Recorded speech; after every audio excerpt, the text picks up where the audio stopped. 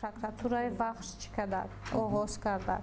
ин зан иддао дорад ки писари 10 солааш аз сӯи ҷавоне озори ҷинсӣ дидааст, аммо додситонӣ бидуни огоҳии онҳо парвандаро нисбати ҷавон қатъ намуда ӯро аз ҷавобгарӣ озод кардааст. ӯ қатъи парвандаро ноодилона хонда мехоҳад тафтиши парвандаи озори ҷинсии писараш аз сари нав ва одилона баррасӣ шавад. Тарси ваҳмаш бисёр шуда ка мактаб намера мега.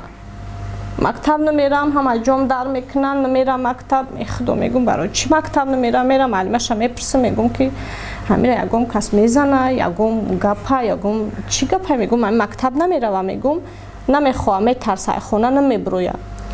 бо дар шави хобаш ҳами яканак сухта карде, яканак сухта кард, бихай болам дод зада мехезанам, хай мешина мехеза хобаш чишмош пушидаге гирия дора гуфтеста.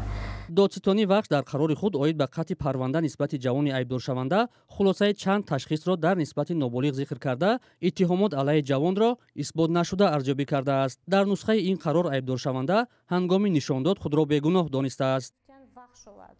вале модари ноболиғ мегӯяд ӯро ба ҷузъиёти парванда шинос накардаанд ва танҳо дар даст як нусха аз қарори додситони вахшро оид ба қатъи парвандаи айбдоршаванда дорад. ба иттилои додситони ноҳияи вахш дар пайи шикояти модари ноболиғ нисбати ҷавон ҳудуди 2 моҳ дар боздоштгоҳ нигаҳдорӣ мешуд, аммо бино бар исбот наёфтани ваҷҳҳо аз ҷавобгарии ҷиноӣ раҳо шудааст. ҷавоне ки ба озори ҷинсии хонандаи синфи 3 айбдор мешуд ва акнун парвандааш қатъ шуд, 23 сол дошта, ӯ низ сокини ноҳияи вахш аст. ӯ ба тамосҳои ба такрори мо посух надод, аммо хешовандонаш гуфтанд ин ҷавон ҳеҷ гуноҳе надорад, зеро тамоми шикоятҳои модари ноболиғ дар мақомот тасдиқи худро наёфтанд.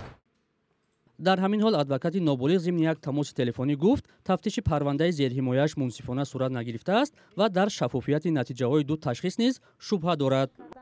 модари ноболиғ пас аз он ки талошҳояш барои додхоҳӣ дар вилояти хатлон бенатиҷа боқӣ мемонад, ба нишони норозигӣ ба вазорати умури дохилӣ ва кумитаи кор бо занон ба Душанбе омадааст.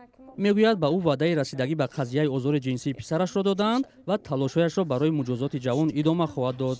солҳои охир хабарҳо аз озори ҷинсии ноболиғон бештар расонавӣ мешаванд. қазияи таҷовуз ба номуси духтари 12сола аз сӯи марди 32 сола дар Ҳисор аз мавзӯъҳои пурбаҳс дар расонаву шабакаҳои иҷтимоӣ буд. мавзӯъ замоне доғ ва ба танқидҳои сахти ҷомеаи маданӣ рӯбарӯ шуд ки додгоҳи Ҳисор гумонбарро аввал ба 5 соли зиндон маҳкум карда, сипас бар асоси қонуни афв аз толори додгоҳ ҷавоб доданд.